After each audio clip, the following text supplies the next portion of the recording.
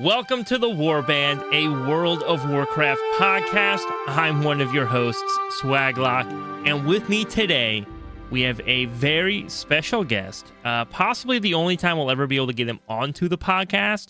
I have been trying. Listen, if you're listening to the podcast right now, obviously you are. You hear my voice. I have been trying since the very start of the Warband podcast to get this guest on, and so. Because Chicken is actually out today, he's unable to be here for this recording. We actually have a very special guest today, Rooster, on the podcast, another one of our poultry friends. Hey, what's up? How's it going? Dude. Hey, how's it going? Chicken. For everybody listening, it's just Chicken. I was trying to throw him off, but what? You can't throw Chicken off. You can't throw Chicken off. Nothing gets past him. What? No, come on, dude. So a lot of news I think this week regarding just kind of like tweaking and changes on the PTR, some build things, some dungeon changes that we're seeing. But have you been in WoW much this week? To be honest, no. That's fair. I've just been cranking away at some real life things, to be honest. Yeah, it's a good time to get done. I'm taking some business travel, and there's just some things that I wanted to get done around the house before I went on this business travel. So I was like, let's just try to get that done real quick. Dude, like moving a bed? Yeah, right. Yo, so moving a bed and doing building a bed, actually. Yeah, Chicken calls me up this week and goes, yo, you want to help me just like, I'm having something dropped off at my place.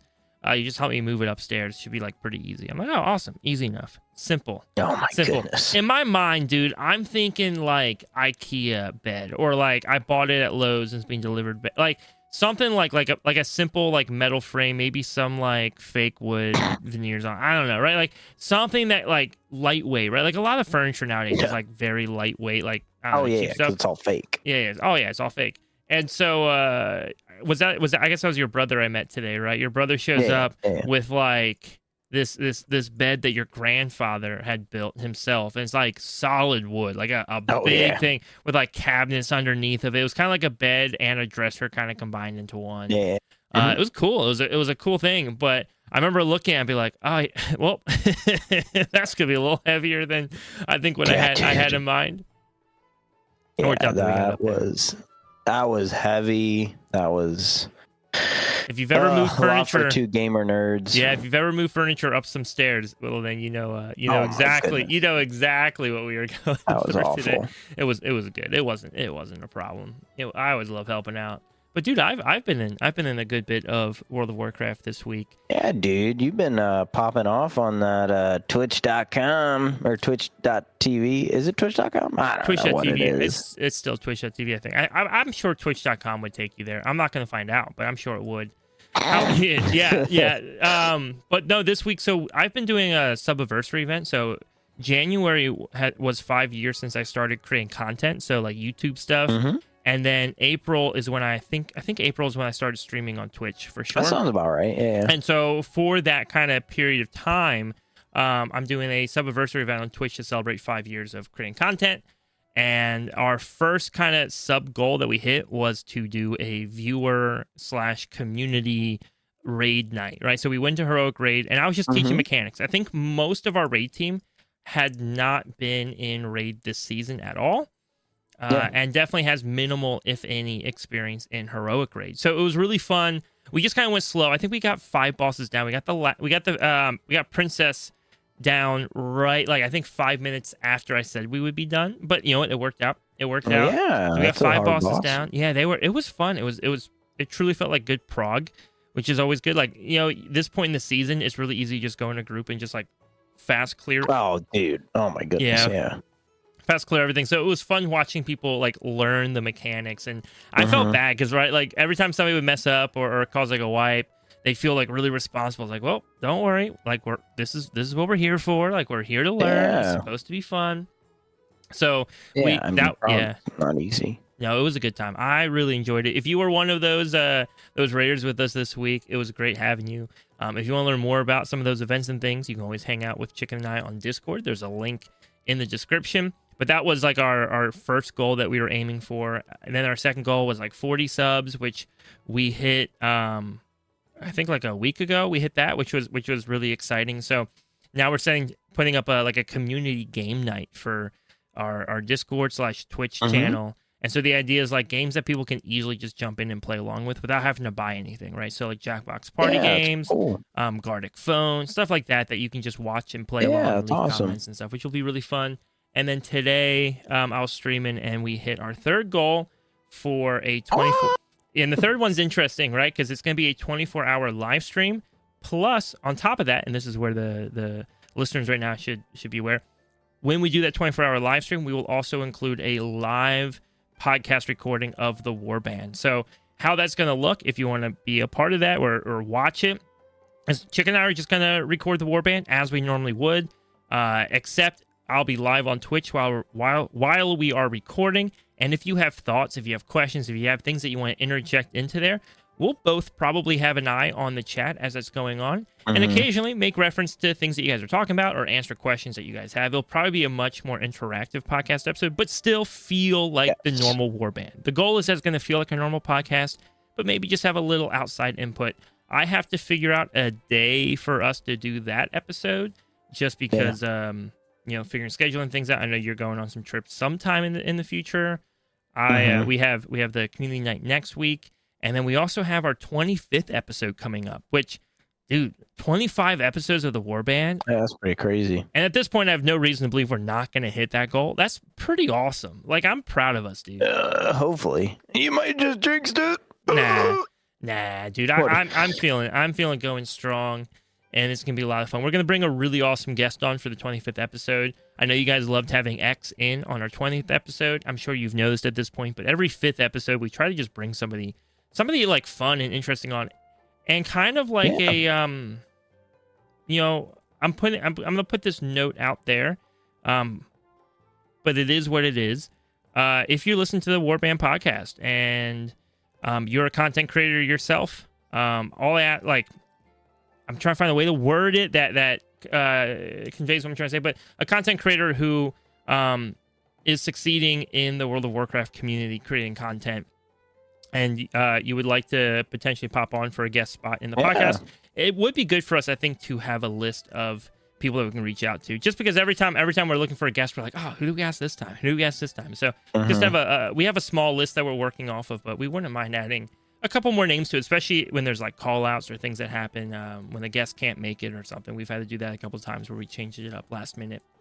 But that's all of that. I have been in WoW myself a bunch this week, Chicken. Obviously, we talked about the raid with the community last night, but dude, I've been like pushing hard on Brewmaster, and I feel like I'm getting it. I know every week I'm like, I get more.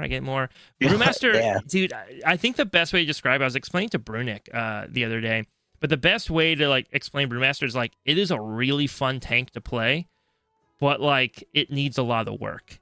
I guess it's it's really fun, but really bad. And so it needs a lot of, I think Blizzard needs to show it some love. Will they ever? Probably not.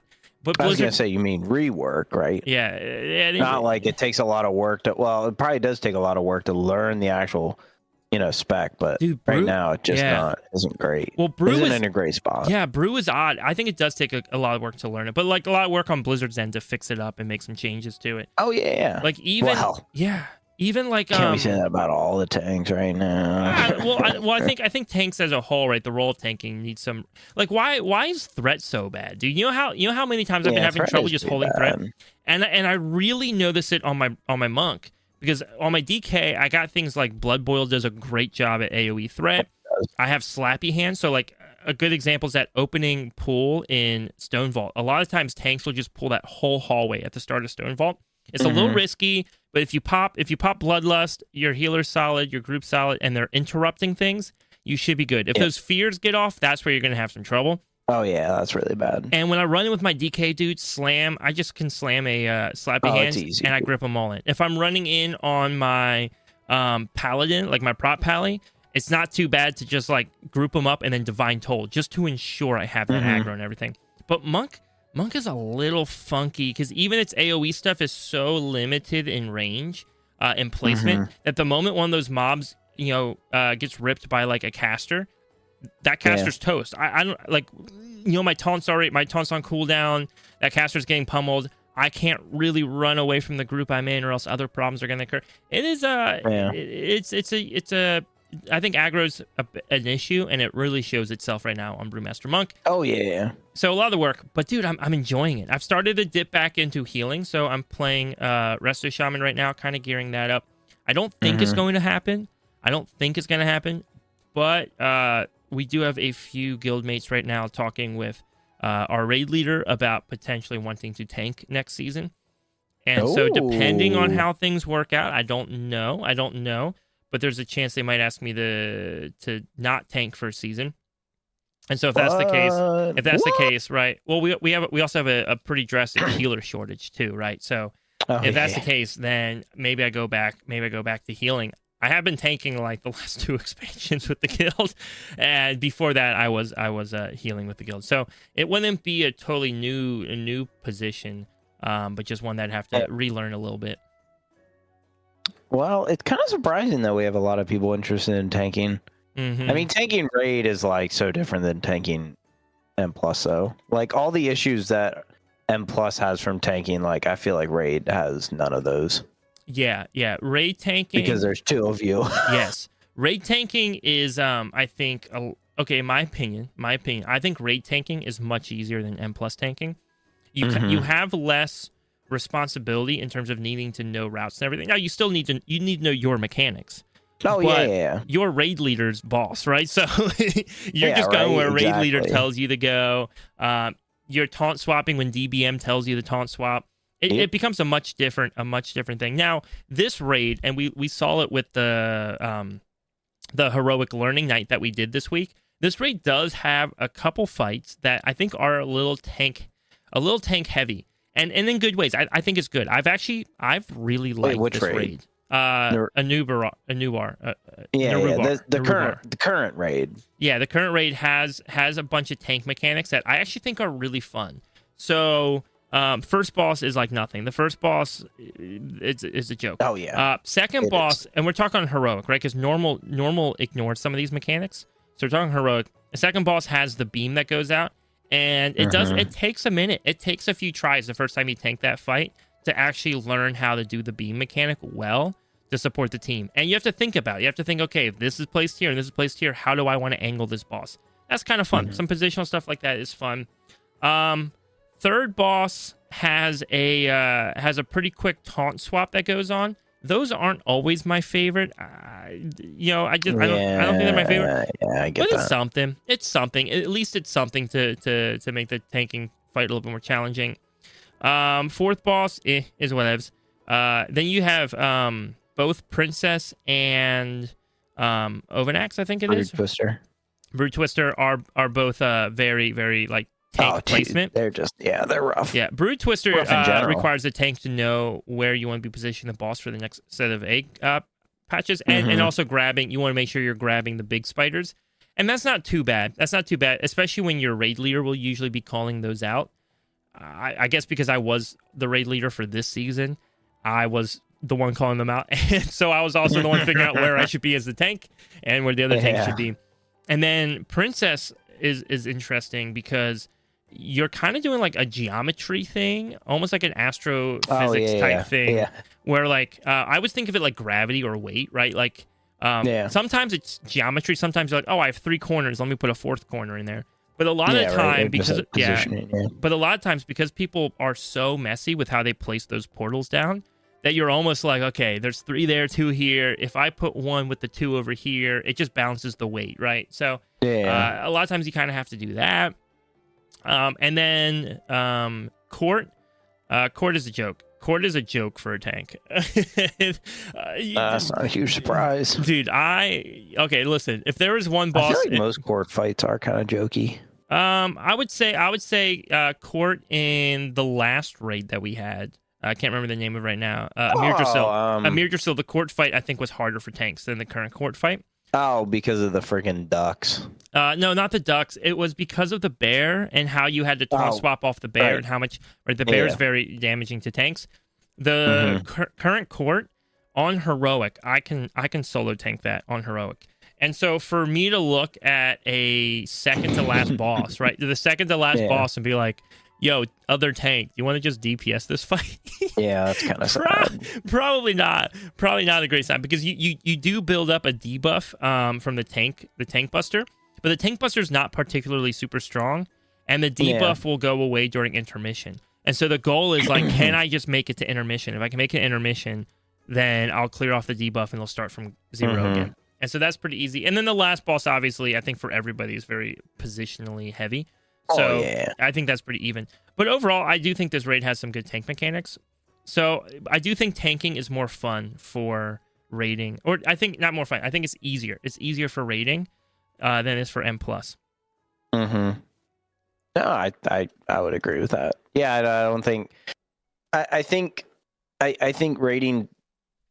raid tanking has its own issues, and I think in general it kind of suffers more of like the same, I don't want to say like general requirements as DPS and healing, outside of, hey, stay alive and that's like your core role, but then everything else boils down to specific mechanics for that boss fight. Yeah, I mean, if you want to learn more about raiding, definitely go back to episode 20. Where we had X on, and he talked a lot about Mythic raiding and just kind of the expectations around that and that kind of content if you're not familiar with it. But yeah, raid tanking, I've only tanked raid a couple times, and it hasn't really been something that I've enjoyed. It's just, I mean, it exists. It's a thing. I like it. I like raid tanking. It's fun to me. I think I get lost or distracted when I'm trying to focus on rotations too hard. So raid tanking is fun to me, and I'll usually make my own little challenges while I'm raid tanking. But you are right though. Raid tanking is more enticing than M+ tanking, I think, because there's just so much more pressure. But I wonder, and what I want to pick your brain on, because we are seeing a few more people in our guild right now wanting to try their hand at tanking next season, obviously asking our raid leader if they can tank. And I would say at least half of those cases are just people getting back into WoW, and they're choosing to get back into WoW as the tank. Personal advice, I don't always know if that's... I don't know if I'd always say that's the best move. There's a lot of... I have seen a lot of people recently getting back into WoW starting on tank, and I think they're just terrified of doing like M+ or anything because they know there's so much expectation on them. And so since they don't know the routes, they don't know the dungeons, they're just not doing it, right? They're just ignoring the content. So I do think they would have a better playing experience if they were playing something that they felt comfortable being able to go in and do the content. Should that be fixed for tanking? Probably a little bit. That's a whole different conversation. But what I do wonder is for a lot of players, I think I know some that I've talked to this past month where they just really aren't playing WoW right now. Like they're really just doing other stuff. They hate, we've talked about on the podcast, they just hate the queue times. They hate how heavy the like dead right now. Yeah, how heavy the meta requirements are and everything else. That I wonder if they're looking at things and just going, you know what, next season they don't want to do it now, right? They've already mentally committed to wait till next season. So they're like, I'm not playing till next season. But now they're going, oh, I also don't want to play next season if I have to go through this again. Why don't I just try tanking? Why don't I just tank? What do you... Yeah, it's. Yeah, what do you think that means though for players that like are saying that, and then they find themselves like under all that responsibility that tanking holds? Yeah, I personally, I mean, I like to look at myself as a good example because I started tanking like midway through season 2 of Dragonflight, and we've said like a billion times on this podcast that. Well, I don't know if we've ever specifically said this, but we've implied it a fair amount that Dragonflight tanking was like eons and droves different than the War Within tanking. Like it was so different. It was like it's hard to even compare the two. That's how different they were, right? Dude, you should have seen Shadowlands tanking. Wow. Dude, listen, hot take. We were talking about this on stream. Stream Oh, yeah, today. we were. Dude, I actually think Shadowlands M+ was great. Hot take. Yeah, I mean, I'm trying to think. The little bit I played was pretty decent. I don't want to say that it was bad. I don't necessarily want to say that it was good. I to be honest, I don't know if I had enough Like knowledge. experience in WoW to like determine that. Like, I for me, it was like, oh, this is new, so it's like fun, right? Yeah. But I didn't really have anything to compare it against. Now, kind of looking back at it, it's like, yeah, like it was good, but like to be honest, I don't really remember much of it. I really only pushed KSM season 4 when they did like the dungeon mix up for the first time, right? Yeah. And it seemed like it worked out pretty well. So that's kind of what they've been doing since then. And it was good, but I don't want to say that I was like, oh, so much better. But again, I just feel like I didn't have that kind of longevity of Shadowlands, saying like, oh yeah, this was Yeah. outside of maybe the dungeons not rotating, right? Mm-hmm. Well, yeah. I mean, listen, I am so glad we have dungeon rotation now. I do like that a lot. But I'm even talking about, I'm less talking about less the dungeons and more the way things were balanced, tanks and healers. You know, I think there was, especially earlier in Shadowlands, I think towards season 4, they hard pulled the reins on it. Mm-hmm. But earlier in Shadowlands, there was a high emphasis on like healers being able to do damage while they're running keys, which I think is dude, listen, a hill I will die on is that it is a better experience for healers to do damage in dungeons than to purely only heal. Because I find that when you're purely only healing, the only way Blizzard can make that compelling gameplay is to make that as stressful as humanly possible. Whereas and they do, or at least have tried. Yeah, right. Which again, I don't think being stressed out of your brain is the way that most healers want to play the game. I actually think a lot of people pick healer because healer initially looks like you're like, oh hey, I'm here to help everybody. I'm here to like keep you guys alive. Like it's a vibe. And then you play the role and it's just utter panic, right? Like if you want to play a chill role, go play it. Like I hate to say it this way, but like kind of just play DPS where you're most. Oh yeah, DPS. Oh my goodness. And not that DPS is easy. I'm not saying DPS is easy, but the level of responsibility you have is just different, right? Like you're going, okay, I get my damage out. I got to make sure I'm interrupting things. I got to do the mechanics. But you're not sitting there going, if I don't get this cast off in time, somebody's going to die, and then I'm going to get yelled at in a whisper. Mm-hmm. Right? Yeah, like, I would. Yeah. Right? How many times? Yeah, that's How many times has that happened? And so I think the DPS meta is a little bit better, where it's like, hey, healing is necessary. You need healing in a dungeon.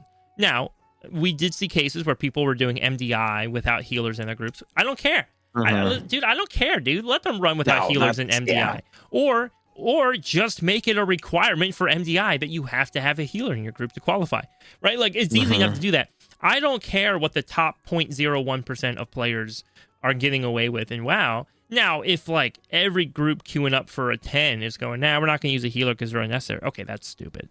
That's stupid. Yeah, fix that. Right? Healing should be necessary in dungeons. You should have to do healing to keep your group alive. Healing should be the primary thing you are doing in a dungeon as a healer. However, I think maybe healing should be like 75% of what you're doing, and then 25% is like damage. And that way, when there is a spike, you're not just panicking in that damage spike. You're going, oh, never mind. I'm doing 100% focus on healing right now before I go back to 75%. And that way, I think the players who want to really push crazy high can do so, and the players who don't want to push crazy high can still feel like they're comfortable where they're at and enjoying where they're at and being challenged a little bit. Because some players are going to go, I don't want to do any damage, and that's fine. That'll just limit how far you can go, because at some point people are like, hey, we need that little extra damage in our group. But you know what? That's okay. And that's totally fine. And if you change your mind and go, no, I do want to push higher, then okay, dude, throw some fireballs. I don't know what to tell you. Throw some fireballs. Yeah, I think personally that's one of the reasons why I like what's it called? Mistweaver, because it's basically like it's basically half DPS, half healing. If I wouldn't say if you do it right, but for the most part, I think what they call fist weaving, even general mist weaving now, I think has kind of gone towards that. But the actual damage output is low. Even though it's built in. I've seen some monks that heal put out some good numbers, but for the most part, right? Yeah, it's not like you're keeping up with the DPS, right? Yeah. But I mean, any damage in a 10 is gonna help, right? Absolutely, right? But, Oh I my guess the goodness. question is, should they be doing like 20% the damage of a DPS, or should they be doing like 40% damage, 50% damage, right? And I guess that's I guess it depends on the strength of your one depends on the strength of your DPS, if they can use defensives and things like that. If they're not using defensives, then I mean, as a healer, it makes it harder. You got to heal more. Yeah. And two, it just depends on how good your DPS are in general at DPSing. Yeah. Can you do 20% if they're really pumping? I mean, that might be a lot.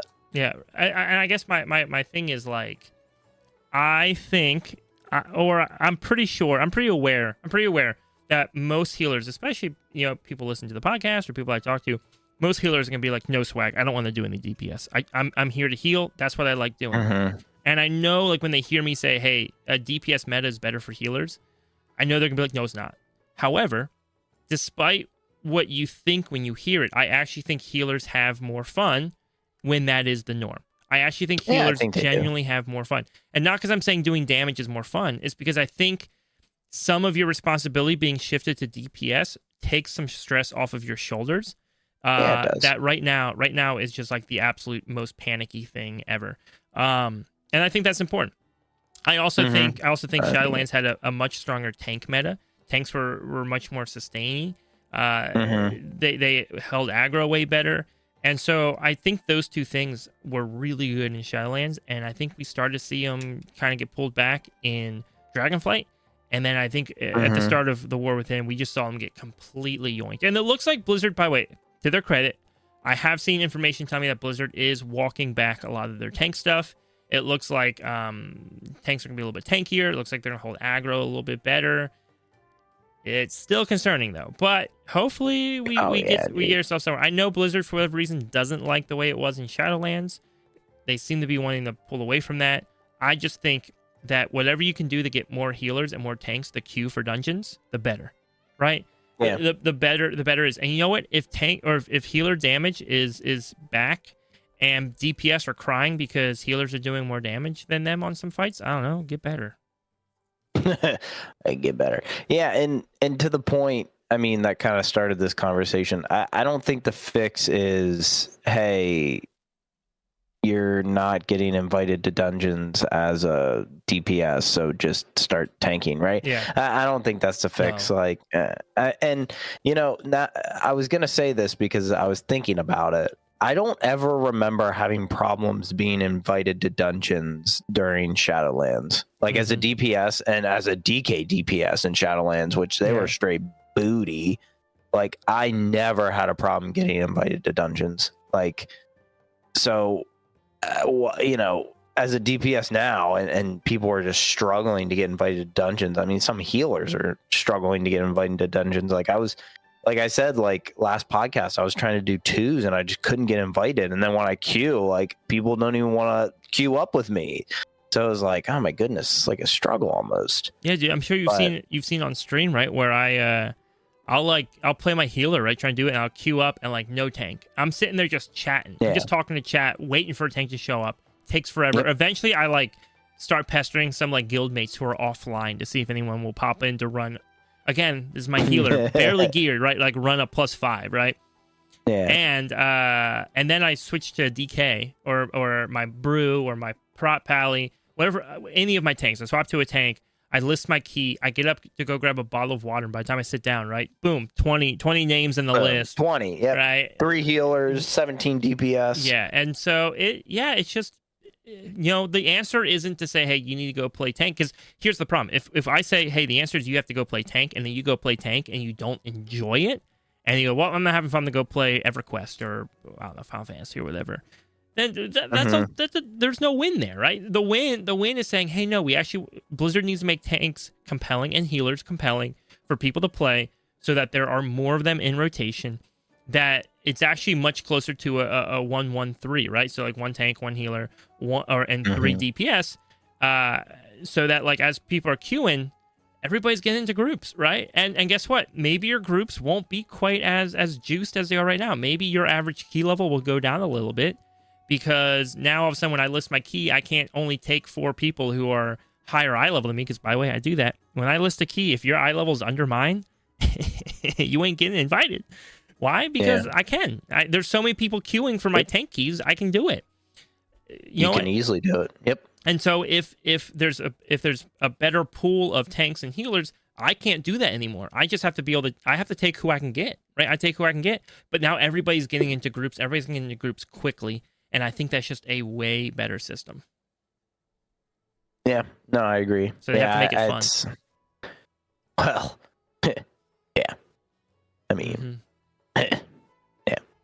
Anyways, but yeah. So, as always, that was our much needed rant at the beginning of every single podcast. Dude, I need to stop talking about stuff. I need to stop talking about the tank thing, because how many episodes can we do?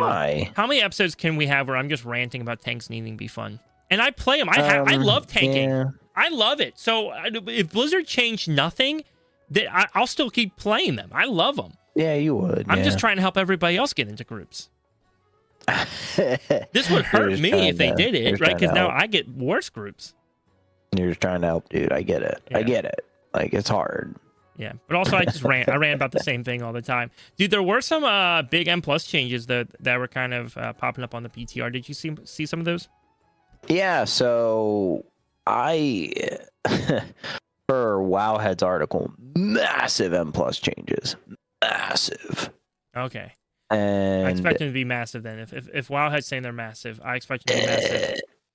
I don't really think they are. I mean, some of them are like, okay, like these are pretty good changes, in the right direction, but I don't think that these are what we're after. I think this is kind of just some things to definitely fix, what we've been talking about, right? Yeah. I think it's a couple fixes to how, the fact that people just kind of jump into level 10 keys or 8s and 9s out of delves because that's what they have to do, based on their eye level, stuff like that.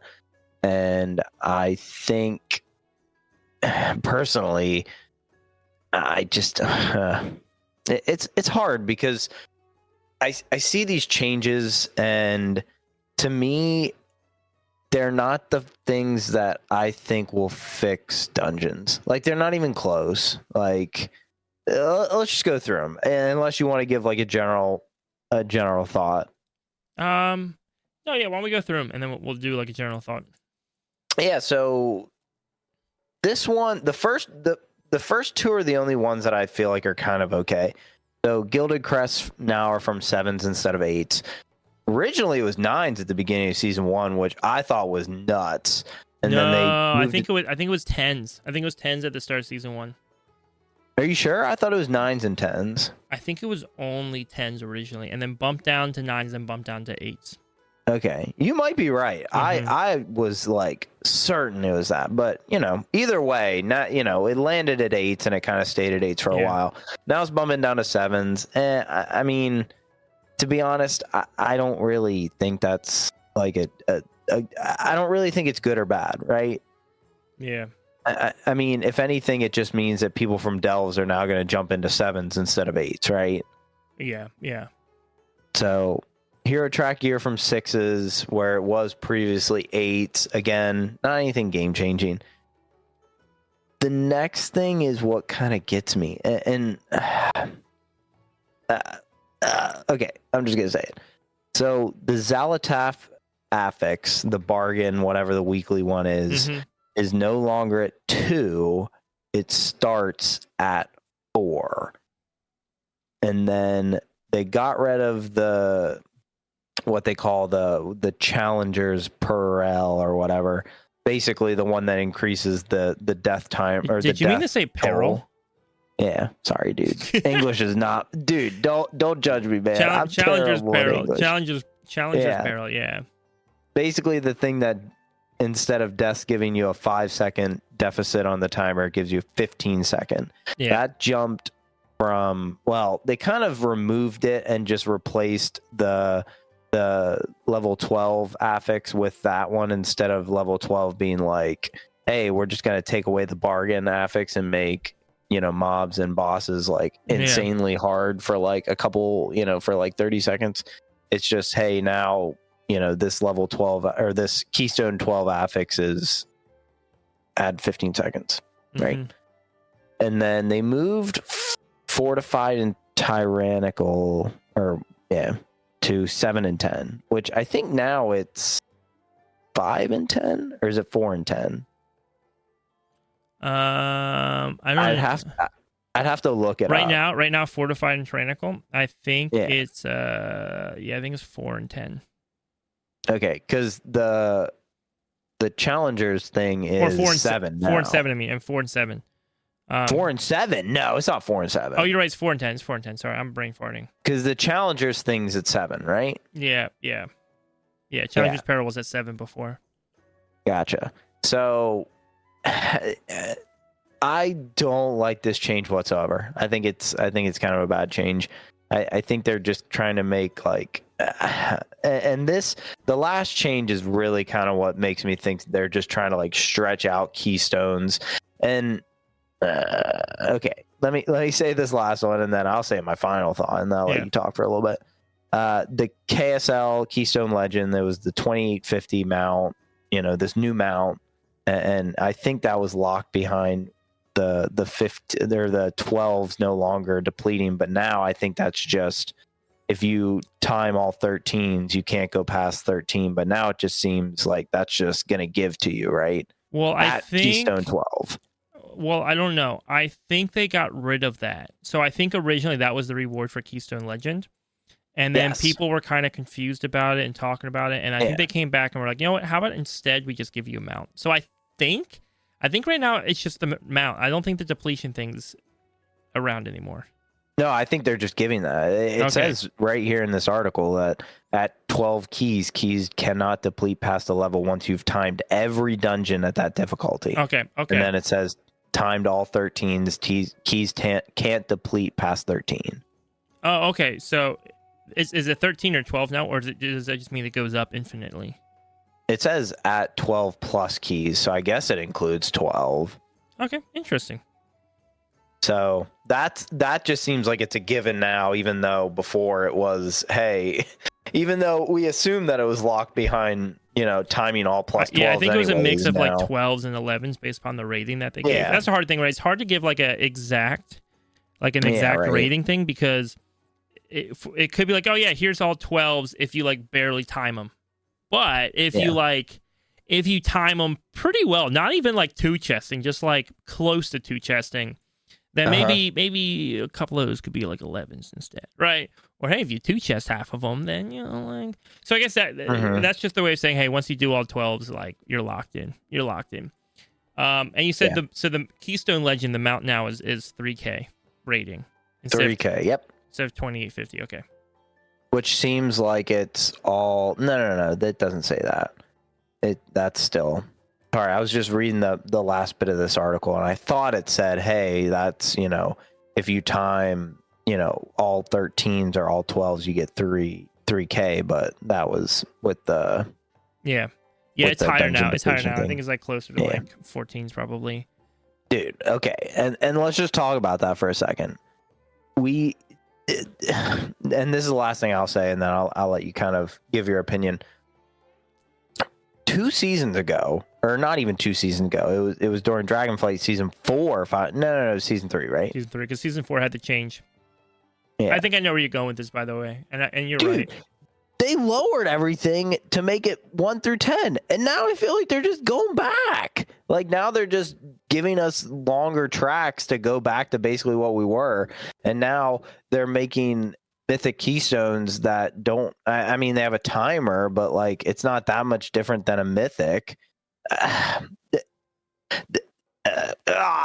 Dude, I'm speechless. Like I don't even know what to say at this point. Like these are not changes that will fix dungeons. They're not. Like if anything, it's just gonna make them. It's gonna make lower keys less playable. Yeah, I mean, when I look at this, all I see is a parent spoiling their child. That's what it is. Yeah.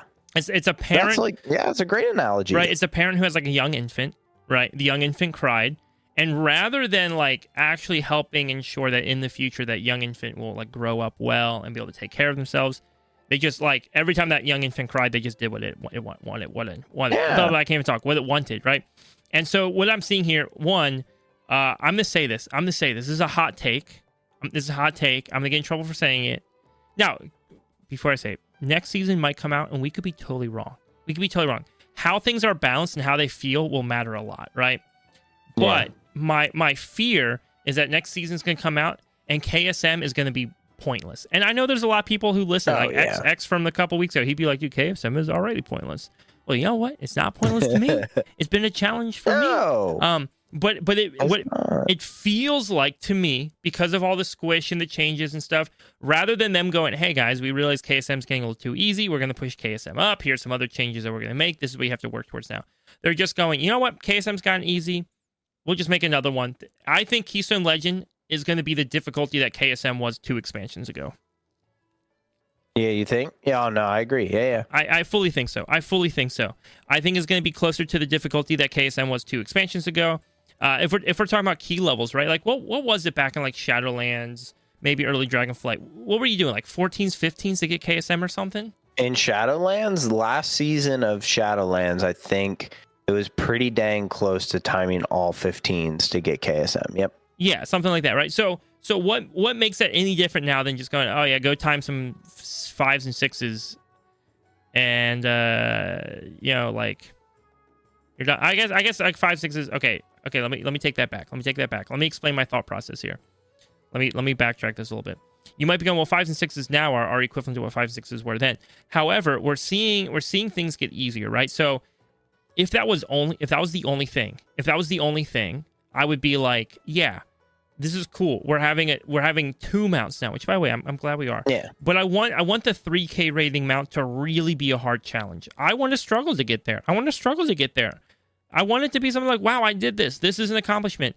There are mounts I have that were hard for me to get because they require me to grow as a player. Those mounts will always hold a place in my heart. Chicken, you and I have one that was a raid that you and I grew a lot because you were new to WoW. I was kind of still freshly returning to WoW, right? But the Robo Crab from Sanctum, or not Sanctum, Sepulchre, right? Is a big deal. I love that mount. I will always love that mount because of the mount. Yeah. And so if it's hard to get the 3K rating, the KSL mount, if that's a challenge, I'm going to treasure that thing. I'm really going to treasure it. The problem right now, though, is the KSM mounts right now kind of feel almost goofy. Like they feel too easy to get. And then on top of that, they're giving you Gilded Crest sooner, which, Gilded Crests are popping in past the KSM point. But we'll talk about that in a little bit. Hero track gear is coming down, right? So you say hero track gear starting in 6s, right? So hero track gear is being rewarded to you sooner. However, it's not more difficult to get because the first 3 levels of M+, I'm going to say 4. First 4 levels of Mythic, because I'm going to include M0 in this. First 4 levels of Mythic have no affix. No affix on the first 4 levels of Mythic. And then finally you get Bargain at 4, which means, dude, I'm going to be going into like 5s and 6s and people are going to have no clue how to do the affixes. I mean, they already have no clue how to do the affixes. Right. They're definitely going to have no clue how to do the affixes, right? Fortified and Tyrannical have historically been like the first thing you encounter in M+. Just go, hey, look, these are how affixes work. They change up the dungeon. Yeah, and they're easy. Yeah, they're easy to learn. They're easy to figure out. Now those are being given to us at the very tail end, which is fine. I don't mind handling them. If I'm running 10s and up anyways, like I'm just gonna deal with both of them, so it doesn't matter. But the way that they're pushing things around, they're trying to keep it. It's like they believe that the issue with M+ right now is that it's too hard. It's not too hard. M+ isn't too hard. If anything, it's easier than before. It's easier than before. The thing is that the thing with M+ though isn't that it's too difficult. It's that players are coming in not feeling rewarded for doing it, and the gap between M+ and other content is too wide, right? Yeah, it's just way too wide. And you could look at it, you could look at it and be like, oh, it's too wide because M+ is too hard. No, it's too wide because delves are too easy. Oh my gosh. Way too easy. And guess what? Healers, I know you struggled in delves this season. I get it. Next season, You're living good. Yeah. Put Bran in tank mode and just heal him, and it's free delves. It's free delves. Basically. Like everything I'm seeing about testing right now in delves is that healers get free runs, tanks are gonna get free runs, DPS are gonna have a little bit of trouble, but not really that big of a deal. They're giving you more gilded crests from what I see from doing delves, right? So the delves gilded crest cap is now increased even more. We haven't even gotten any delve gilded crests, and now they're increasing the cap. It's not even out yet, and they're increasing the cap. What they're doing is saying, oh, M plus is too much of a jump from delves and you're not being rewarded enough. Here's more rewards. And we're going to make it a little bit easier because apparently you're not smart enough to figure out how an affix works. Yeah. Yeah, basically. because all you did was delves. Okay. Yeah. Let me backtrack because also I know we have a lot of listeners who love delves. Here's the answer. The answer is that delves need to be harder. Yeah. Delves need to be harder, not easier. They need to be challenging. Delves need to be a lot harder. I agree. Because the issue isn't that Mythic's too hard. The issue is that delves are too easy. Also, I think M0 and Heroic could probably use a bump as well. So M0 and Heroic dungeons could probably use a little bit of a bump. I think, they could. Time walking dungeons could probably use a bump as well. But I think the problem is that they're going, oh, players are just doing delves instead. They're doing delves instead because delves are so easy. It's free loot. Yeah, delves are mad easy. It's free loot, and you don't have to deal with players. Like, I don't know, dude. That's like the two best things you could have, right? Yeah. Easy, and you don't have to deal with people not knowing what they're doing. Dude, the only way you can get easier loot is if they like built Cookie Clicker into World of Warcraft. Or just gave it to you, right? Yeah, just opened up your mailbox and it's just there. And he's just there. Which, by the way, actually, speaking of which, that's a good thing. Plunder Storm. So if you've gotten, I think, 5,000 plunder or whatever in Plunder Storm, check your inbox. They retroactively added an item to the Plunder store that I think it gives you. You can. I got it in my mail and I was like, "What the heck is this for?" I was looking around for like a pirate person in Donegal for a minute. But it lets you get a free piece of loot from Heroic Raid.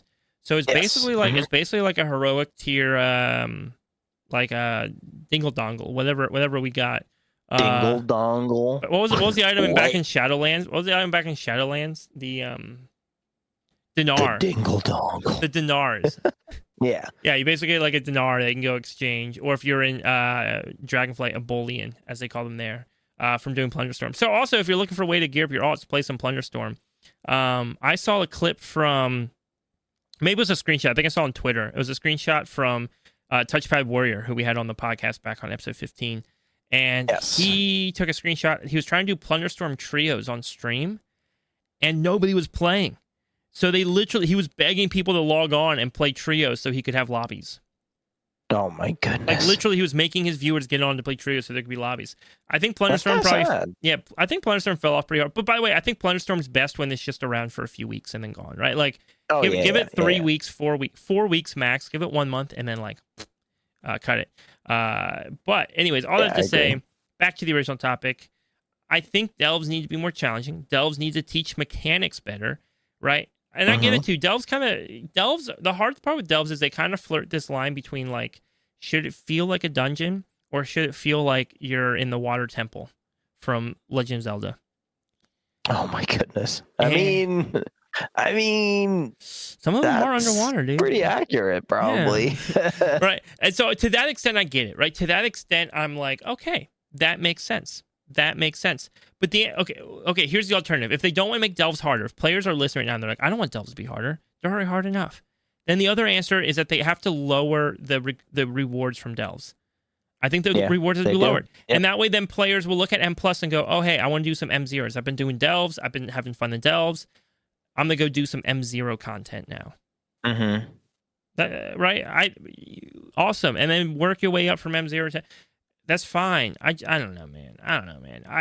Yeah, dude. I was gonna say, freaking, what's it called? Is not the fix. Giving the gilded crests in delves is not the fix. Yeah, because that's the other thing that we We have on our show notes here, we have Gilded Crest Cap being increased for Delves, which is that's straight nutty, dude. Oh my goodness.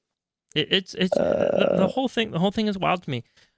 And again, though, I like gear. I like getting gear easily, but also the game is more fun when it forces you to grind and to learn and to challenge yourself. Oh yeah. Now, do I think you need to have to be forced to log in every day just to get a little bit of player power? No, dude. Like WoW's definitely a more seasonal game than it was before, but at the same time, there's a good balance. And I just think that the transition from Delves to M Plus is rough, and the answer isn't to just make M Plus easier. I think the answer is to figure out a better transition. What are Delves actually supposed to be? What is M Plus actually supposed to be? And are they supposed to be equal content? If you're listening, you're like, no, I want Delves to offer me everything M Plus offers me. I just don't want to do M Plus. I'd rather do Delves. That's fair. That's a fair argument. But then the content needs to be just as difficult. You should struggle just as much as anybody running M Plus in order to get that same level gear from Delves. And I don't think that's the case right now. In fact, the reason why a lot of people prefer doing Delves is because it is less stressful, right? I would say most people don't want to do Delves for some level of because it's less stressful than or they want to do Delves because it's less stressful than M Plus. So admittedly, in your reason for wanting to do Delves, that exists. Again, though, I don't have a problem with Delves. I just have a problem with the way that Blizzard has everything set up right now. It doesn't make things feel rewarding and fun the way that they should feel rewarding, and that's the problem. It doesn't. That's the problem. Also, how many viewers or how many listeners do you think we lose with me just ranting about Delves? I actually like them, by the way. I have no problem with Delves. I just think Blizzard's balancing it weird. Delves are fun. I mean, I mean that's the big thing. I mean. I feel like you've said this like a billion times, but I feel like it comes down to the fact that like I just feel like most people that play WoW have FOMO, and if you only do Delves, like your FOMO is why can't I get Gilded Crests? And it's like, well, I mean, why can't I get I don't know, Cutting Edge? Well, I just don't do that content. That's why. I mean, it's a hard argument to have because, I always come back to it, being here and saying like, hey, I do put in however many dollars it is a week, right? Or a month. Yeah. And, I feel like I should be able to get access to that content. But at the same time, it's like, well, yes and no, right? I can do that content. I might not be able to do it at the level that I want to do it. Like I can always do normal raid. I can always do heroic, but maybe I just won't ever do mythic, right? Yeah. So dude, would I like cutting it? Sure. Would I like some of the trinkets that drop from mythic raid? Absolutely, dude. Absolutely. Exactly. But you know what though? I don't really want to go through the stress of doing that. If our guild goes, hey, we're gonna kill a couple mythic bosses, awesome. Fun. Sure. I'm in. But I'm not personally trying to go out of my way to like audition for other raid teams and like try to find the perfect team to be a part of. It's just not an interest for me. But I'm not going to sit there and complain. I'm not going to be like, dude, they need to give me a dinar from doing Mythic Plus so that because it's not fair. It's not fair that I can't get this item from raid. No, I've accepted that I'm not getting them for raid because I chose that. I made that choice. and so all I'd say though, if you enjoy Delves, enjoy them. I just think right now the way things are balanced, I think, and if we're being really honest too, one, I think Delves should stay in future expansions. I just think they need a lot of work. I think Delves are a good thing. I think they just need work. I think they need a lot of tweaking. Yep. Two, I think I'm pretty confident that the lower mythic dungeons were removed in order to encourage players to do Delves more. I'm very confident on that. So going into this expansion, we had remember they cut out everything below a +10 basically. Yeah. Right. That would have felt redundant, right? Granted, okay. I see what you're saying. Yeah. I agree. Now their reasoning was that they felt like players were skipping a lot of that anyways. Yeah. I don't know if that's true. Maybe they could have cut 5 levels out. I don't know if that's totally true. I don't know how much I believe that. I think that because they made it happen during the 4th season of Dragonflight, they knew delves were already developed at that point, right? Delves were already developed. Oh yeah. I'm pretty confident that they made that call and announced that change so that it wouldn't be associated with delves, so that people would be like, "Oh no, did that happen? That happened before delves came out. That's not related." I think it was. I think that was totally. No, I could see it. Yeah. Yeah, and by that point, catch-up gear was so good because you're in season 4 that like nobody was going to notice. Right? It's not like you're going into a new expansion. And then going right. So I think they really want delves to feel important, and that's good. Delves should feel important. Yeah, they should. But maybe tack on a couple more levels to delves. Push them up to 15, right? Rather than 11, push them to 15, and start offering some of those rewards up there. Make it a challenge. Make a player. People should look at delves and go, I don't know. Like, how often have you had a key in your bag for M plus and just looked at that key and been like, ooh, I don't want to lower it because I'd like to time it, but I'm scared to run it, right? Like, I need just the perfect group of people. You should be looking at your delves like list and be like, ooh, it's gonna be a challenge. Can I push harder? Can I push higher? Right? Like, how do you make that happen? And I think the changes right now, really, and it's not really the delves' fault. I just think M plus is in a really weird position with tuning, and it seems like the changes kind of nullify. I'm afraid that KSM is going to be kind of just like, hey, here's a free mount, which is fine. It's what it is, right? It'll be cool that we have a new thing to push towards. Hopefully, it feels like a good challenge, right? Like, I want to feel challenging. I want to feel fun. I like having things I push towards. I like being like, ooh, I got it, guys. I've been working hard. I've been like reading guides. I've been practicing, building out new weak auras because I needed to track something I didn't even know existed before. I'm hoping it's fun. I'm hoping the challenge will give me something to push towards for the new mount. But I'm also worried that their answer to a lot of this is like, okay, well, we'll just give you. And I don't think that's the answer. I think the answer is, I mean, it's the tank thing, and the answer is getting more people to play tanks and healers. But I just don't know if, from what I'm experiencing in dungeons, I just don't think people are coming in prepared, and I don't think removing affixes on M0 through 3 is going to fix that. But I guess they're only pushing it back 1, right? Because affixes Bargain started right away, right? Yeah. Mm-hmm. Yeah. So I don't know. They pushed it back too. Oh well. We don't have to keep ranting about that. We got some good viewer questions coming in, right? Yeah, we do. Just one more thing I wanted to talk about before we get to the viewer questions, because I think it's kind of it's a neat thing that happened, and I think it's something that people should talk about, because I might be the sole thing, or the sole person that thinks this. Well, you might share this with me, but I think if there's something in WoW that hasn't been at least looked at in the past, 3 to 5 years, right? Mm-hmm. That it should get looked at. Like, there's just things that should, hey, like, we haven't touched this in a couple expansions. Let's look at this and see how we can change it, and what can we do for this, right? And I think Professions was a big one in Dragonflight, right? I think kind of the crest change, from the typical, just like before they had crests, it was a lot more just all over the place with how you upgraded gear and stuff. And I think that was a really good change in kind of how they did that through Dragonflight. And going into the War Within, there wasn't like any major changes, right?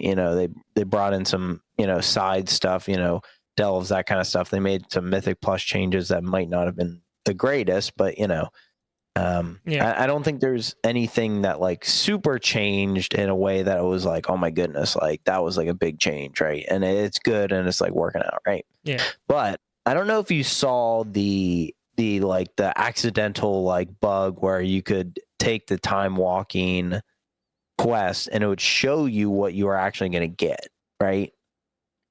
Oh, I didn't know about that. What? Yeah, so there was a bug that has been patched at this point. Okay. That if you would take the quest to get like, like, hey, do 5 time walking dungeons and you get like a piece of gear from the raid, right? Yeah. It was actually bugged so that it would show you the piece of gear that you're getting. So people were getting the quest and it would show them like, hey, you're going to get the seal of poison attack. Could they just drop the is, quest and then try and pick it up again? what do you mean? Like if you got, sorry, I might be getting ahead of myself, but like if you saw the quest and it was like, this is the item that you're getting, and then you like dropped the quest, you got rid of it, and then went back to the quest giver, would it show a different item? No, but it seems that like if you would log out, like if you would re-log, it would show you a different. Sometimes it would show you like a different item. Okay. But it looked like it was definitely like a bug of like, hey, like this is not supposed to happen because like obviously like it was showing like, hey, like the Anseric ring and like the Anseric trinket. And it's like, this probably isn't supposed to happen. And then it was pretty quickly patched. I'm pretty sure based on Wowhead articles, it was patched within like 2 hours. Yeah. Right. So I was thinking about this, and this doesn't have to be a super long conversation, but in terms of how they give this stuff out, they give this loot and just one of the things that I feel like we can talk about one of these podcasts is the Great Vault and how I feel like they can change it to make it better. Right. Yeah. I think I've seen the Great Vault for however many years I've been playing WoW, and it's never changed. And I think they can do like a couple key things to make it really better. That would really encourage people to just get it. I think you've seen the Great Vault basically as long as it's been around. I think it was a Shadowlands feature. Okay. Really? I think so. I believe so. Okay. Oh yeah, because you didn't play BFA, right? No. So if it wasn't BFA, and we can always look at that, but it kind of goes in with that. Do you think that should be an option where, with these time walking gears and maybe even later in the season? But I mean, early season, I don't think it's that impactful either, right? That these could be like almost maybe even tier challenges that would get you to a higher, status of, hey, maybe you get to choose between 3 random rings or 3 random items from the raid, right? Instead of just getting one blanket item. I don't know what your thoughts about that are, but personally, I just like that better because I hate doing the 5 time walking or like the other big one is the 4 mythic dungeons, right? Yeah. And you get a piece of gear that you did not need whatsoever. The time walking one is like, okay, great. Maybe I wasted a half hour, like, whatever. Yeah. The mythic dungeon one is like, I'd probably do those mythic dungeons anyways. So it's like, whatever, but still like, it's almost like disappointing. Right. Oh, absolutely. So I don't know. I feel like if they gave you options, maybe even make it a tier quest where like, hey, if you do 1, you get 1 option, do 4, you get 2 options, you do 7, you get, 3 options. I don't know, but I don't know, maybe something they could look at. Yeah. I don't know what your thoughts are. Well, I think it's a couple fold. One, so I think there's 2 things you're talking about here, right? Like option 1 is them just showing you before you do the quest what your reward is. Yeah. And option 2 is saying, hey, they're still keeping it a mystery, but they're kind of doing like a vault-esque mystery where the more you do, you open up options. But once you've completed the quest, like once you say, okay, I'm done, that's all I'm opening, then you're done, right? So even if you have 3 options, you go and take one of those 3 options. I don't hate that as much. The question I have for you though is like, do you think Blizzard wants you to not do the time walking quest? I mean, that's a good point. I mean, they definitely want you to do it just because it's like, hey, like this is content that we're rotating out weekly. We're putting time into this. We want you to do this. But I do think, and maybe this is the kicker, because I think this is a change to the Great Vault that I think would be really beneficial. Yeah. I think maybe it should be labeled as a category, right? Like, hey, this week, maybe it'll be like a tier piece, like it'll be an arm, a chest piece, or a head, one of those 5 tier pieces, right? Yeah. And then you look at it and say, hey, I don't have any of those pieces at Hero Track. This is worth me putting my time in, right? Versus, hey, I could, I have 1 piece or 2 pieces of Hero Track gear, and if I get one of those, then unless it's BIS, it's kind of a waste of my time, right? Well, I But guess it's the same question, right? Yeah. Would Blizzard want you to not do M plus that week? Because you could look at the vault early and say, oh, that's not going to help me this week. I'm just going to wait till next week. Yeah. I mean, that's definitely the kicker on it, right? Yeah. Also, I think that might feel worse. I think that might actually feel worse as a player. Because let's say you look at the vault and you go, crap, there's nothing I can use. There's no point in me playing until next week. And then you wait till next week versus how the vault is right now.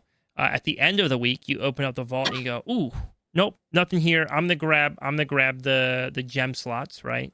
And just keep going. But now I'm working towards my next vault, right? So you're always actively working towards what's coming up rather than skipping what's coming up. Because I think that's where it'll feel worse. It'll feel worse, even though you could argue like, well, no, it would feel worse to put the work in and then not get a good reward for it. I think it doesn't feel as bad because you go, oh, didn't get anything, but you don't hate that you played the game, right? You're not like, oh, I hate that I played the game. No, you enjoy it. But you're already now looking towards what's next. You go, oh, I didn't get that. Let me work towards my vault this week to see if I can fix that. Yeah. I think that's the issue there that we have going on. So I'm curious to see what that means, what that looks like. Can they find a way that maybe is a little bit less RNG looking? I would hope. But at the same time, I think the RNG is probably a tool that Blizzard uses to keep people playing. Oh yeah, definitely. Right? It keeps people playing, and I think to some degree, I think the RNG does make us happy, right? It's a little bit of a gamble, and we do like a little bit of a gamble. And they're kind of like our loot boxes, except instead of cash, we're paying with time. Oh my goodness. Oh my gosh. Yep. But no, it was a good thought. It's a good thought. We should definitely cook it up a little bit more for maybe a future episode and think about that. Yeah, I'm curious on, hey, was this something that was legit a bug, or was this like, hey, like, let's try it out and see what people think about it. Like their general. Yeah. Oh, definitely was a bug, but like, are people going to be like, is Blizzard going to say, oh, hey, people seem to like that. Maybe we should try to compromise and see what we can do. Yeah. Yeah. It is an interesting thought. The other problem, anyways, we're going to move on. Listener questions. We've got a few in today. I asked for some extra ones just because I like them. I like the listener questions, although I think a lot of these will go by pretty quick. I still enjoy being able to answer them on the podcast. So first question coming in from Rastagoat. He says, this is more of a wish than a question. Should player housing have free repair / transmog while inside your humble abode? I think yes. What do you think? By the way, I think yes was in this question. I wasn't saying that I personally think yes. Oh yeah. I know. For the listeners though, for the listeners. Yeah. I don't think so. Like I just think that. Well, I don't know. The repairs is a bit harder because then that just means like, well, I don't know. I mean, to be honest, I don't know if I really have an opinion on it. It's kind of sad, but like, I don't think, like, to me is like, yeah, like if you do have it, cool, like, but I'm not gonna go back to my house every time just to repair. Like, it's impractical. So, I mean, if they put it in, I don't think it's really gonna affect people. So, yeah, sure, why not? I'm still on the boat that like any type of player power being tied to player housing, even if it's just convenience. I do worry that is something that worries me. I think player housing needs to be a purely cosmetic thing. I don't think player housing should offer anything at all. No, I agree. That is a benefit. But I will say this: transmog for sure is a way that Blizzard helps get money out of the economy. That's something that's a tool they use. They know it's a very effective tool. I am sure transmog prices, because transmog prices are expensive right now. I'm sure transmog prices are something that Blizzard very intentionally monitors and is aware of. Repairs are an interesting one. 100%. Because the vast majority of repairs that go on are not happening while you're sitting in Dornegal. Right, like you're not sitting in Dornegal going like, oh, dude, let me go repair. Now, sometimes, but like the majority of my repairs are going on middle of a dungeon, right? Like I'm like, F. Yeah, Or right. like I'm standing outside the entrance to a dungeon and I'm like, crap, let me repair real quick before we get started. Or I'm in raid, right? It's raid night and we're all trying to repair before we walk into the building because once we're in the building, you can't repair. So repairs are an interesting one where I don't really think you're giving too much of a major benefit from it. Also, don't think guild repairs are a beautiful thing, so I guess I don't think about it much at all anymore. I couldn't tell you the last time I paid for a repair. Thank you, Astra, for all that you do. However, I don't know if I would hate saying, yeah, sure, like you could repair your armor in your player housing. However, this would be my, and I don't know if this means anything. I would say if they offered that, I think the punishment for that would be that you can't have a teleport to your player housing.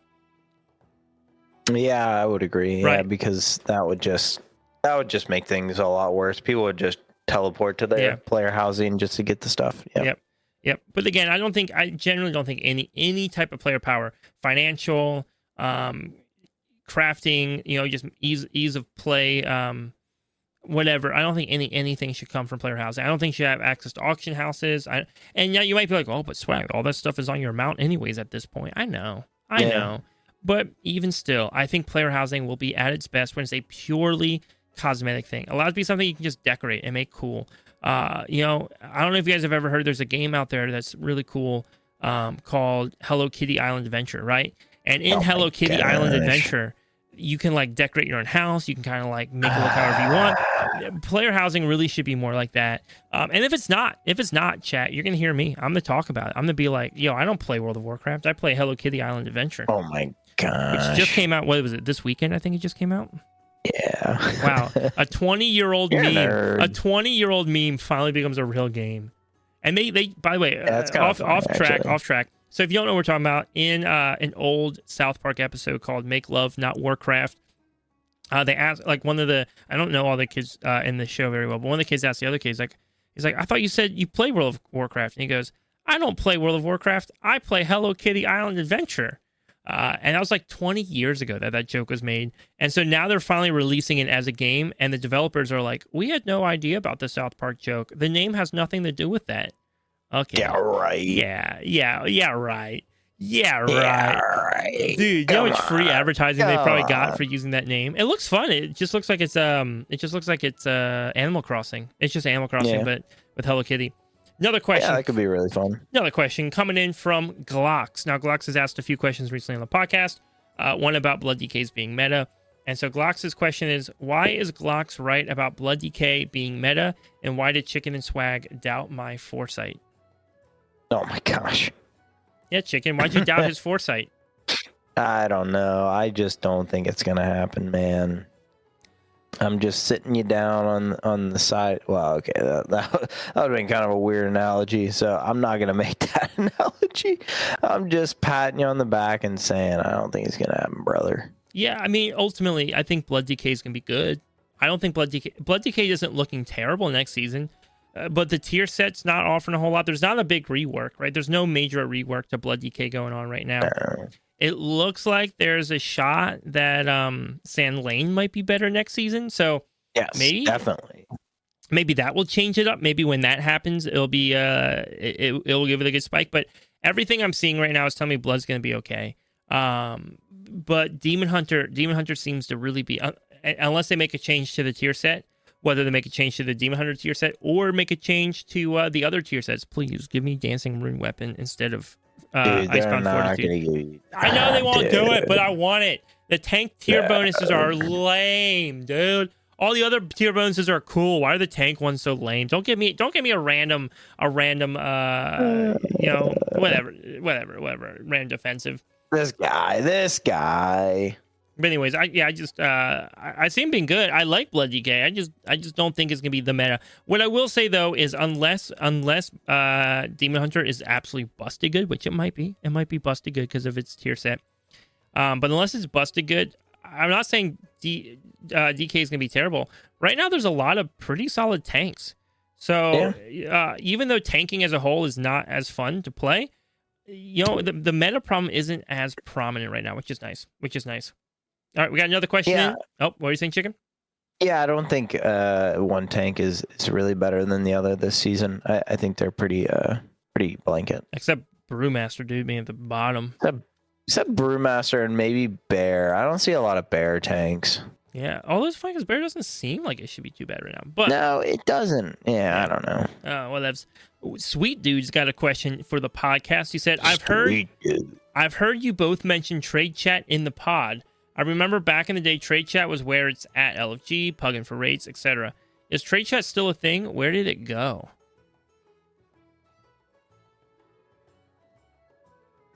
Where did trade chat go?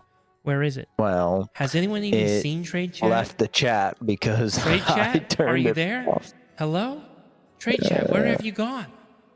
Oh my gosh, dude! No, I've never used trade chat. Not even once. I don't know what the. Oh, I use it. I don't know what the default is right now. Well, because sometimes I make jokes there. I don't know what the default is right now. But I've currently got trade chat and general chat set to a different chat window. So usually they're hidden for me, so I'm not watching them. But I'll still pop in the trade chat. Trade chat's really useful. The main thing for trade right now is trading, specifically with like crafting orders. So when I need something crafted, I'll usually check trade chat to see who's able to craft something at the level and quality that I need it, which is always max. Always. Yeah. Right, dude. Like I'm never asking for anything lower than 636 with the 5-star, right? So it's still around. People still use it. I will say trade chat seems lately to be a lot quieter than I've noticed before. This season, for whatever reason, trade chat, I popped in the other day, asked somebody to craft something, and again, this might have just been a weird coincidence, but for a reason, I popped in, asked somebody to craft something. I looked back like 30 minutes later, no new message had been posted in trade chat. So I don't know what's going on. I don't know if it was a weird day, what was happening, but usually trade chat's pretty busy, but it is slowing down. It is slowing down because a lot of this stuff just kind of gets taken care of elsewhere. And I think it's for the better. I think just having one like super jam-packed chat can be a lot. They also moved a lot of sales stuff to. There's like a second trade chat. I think it's trade services now. Yes, services. Yeah. So if you're trying to sell runs, if you're trying to do this other stuff, you have to do that in trade services, which I don't know if that's open by default. You might have to manually activate that one. Yeah, I think you do. Yep. Yes. So that slowed down a lot of the trade discussion. I used to sit in Stormwind and use those auction house. I don't know if they were players or NPCs. I don't know what they were. Not NPCs, bots. I think they were players, probably using bot programs. But dude, I think they use like add-ons or whatever to like automate a little bit of the casino process. But I call it the Stormwind Casino, and I would just sit there and gamble my money away and make jokes and trade chat. That was the life. But oh my gosh, those days are behind me. I'm reformed now. I'm reformed. All right, we got another question coming in from Carb, saying, "All right, gonna get Swag to agree on this one." That's not good. One of my biggest pet peeves is receiving a key from the vault that I don't need or want to run, but I'll run and time it into a new one. After completion of that, it turns back into the original dungeon, just a higher level. Example, needing a 10 mists, but you can't get that dungeon, and no one will invite because you haven't timed. Vault gives SOB, Siege of Barrows 10, run, and it's an SV11 run, and now Siege of Barrows 12, drop to 10, run. Now it's a different 11, and this repeats without ever receiving the mists. What if the... Did it cut off? Oh, there's another page. What if the weekly vault, we could also have up to 3 options of which dungeon we want our key to start out as for a bit more targeting? Yeah, you know what? Normally I'd be like, that's why this doesn't work. But I mean, if Blizzard's willing to code it in there, I don't think there's any problem being like, all right, pick which vault slot you want and pick which key you want to start with. I don't know. I don't have a massive problem with that because they'll get randomized once you start rolling. Yeah, I don't necessarily hate it. I think it would suffer from the same thing that what's it called has though, like where it just doesn't like it would almost just like towards the later half of the season just almost saturate the pug groups with just the easiest keys, right? Yeah. Other than that, I don't necessarily have a problem with this. No, I mean, yeah, it's really just it's really just that later portion. Yeah, that would be a problem, right? Well, I guess that's the question, right? Right? Because you have two different people, right? Who would want this, right? You have the person who's just saying, "Yo, dude, I just want the easiest key. Like, just give me the easiest key. I need to get my 10 in for the vault." And then you have the person going, "Dude, I'm trying to get raiding, or I'm trying to get my portal, and this is exactly what I need for raiding or portal." So they are different people, and I think those different needs are all differently, right? Somebody's saying, "Dude, I really just need to get this one. I don't mind listing my own key. I don't mind running my own key, but this is the one I need to do it." Is different than the person who's just going like, "Dude, I just want just give me whatever's fastest. Give me whatever's easiest. I just need easy key."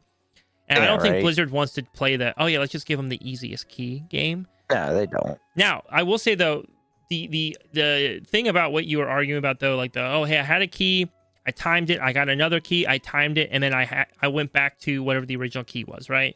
Or you didn't time it, whatever, right? And so you end up back. Let's say you start with, in your example, right, a 10 stone vault, and then you get an 11 Siege of Borallas, and you go back to a 10 stone vault, right?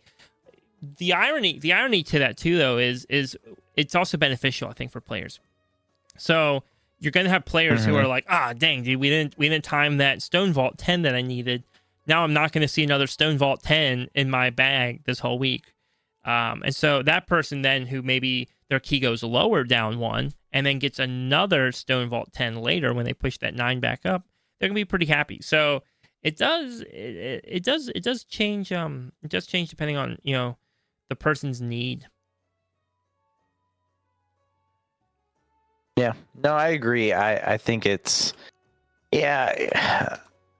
To be honest, the overall question, I'm not sure that I necessarily hate, but I'm not necessarily sure that I like it either.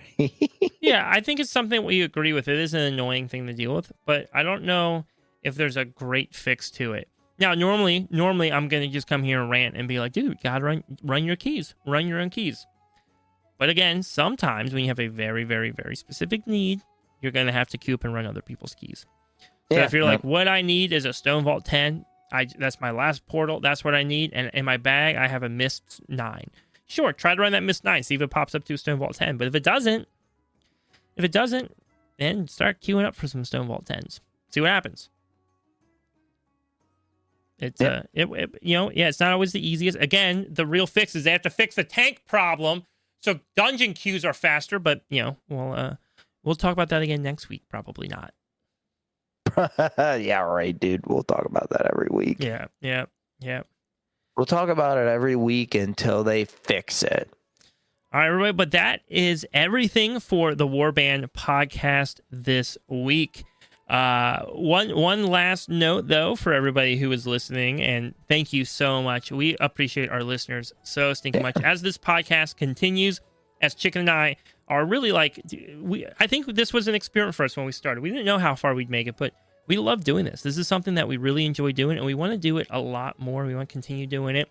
If you're listening to the podcast right now and you are like a small business owner or you're running a shop, creating something that you think our listeners would enjoy, something that gamers would love to take part in or hear about, you can always reach out to us at warbandpod@gmail.com. That is our email for business inquiries. We would love to just, connect with you. We want to add some maybe sponsored moments into our podcast so that we can continue to make this into the future. And Chicken and I have some cool ideas that we want to do with the podcast in the future, like video recorded podcasts that just require a little extra support to make that happen.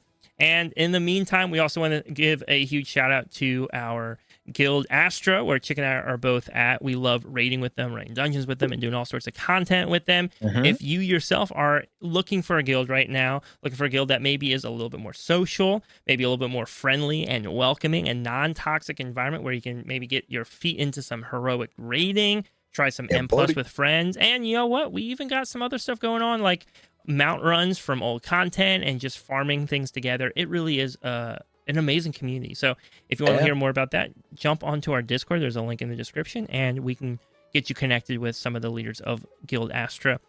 But that is everything for the Warband this week. Thank you so much for listening, and as always, Chicken has one more thing to say to you. Go Birds!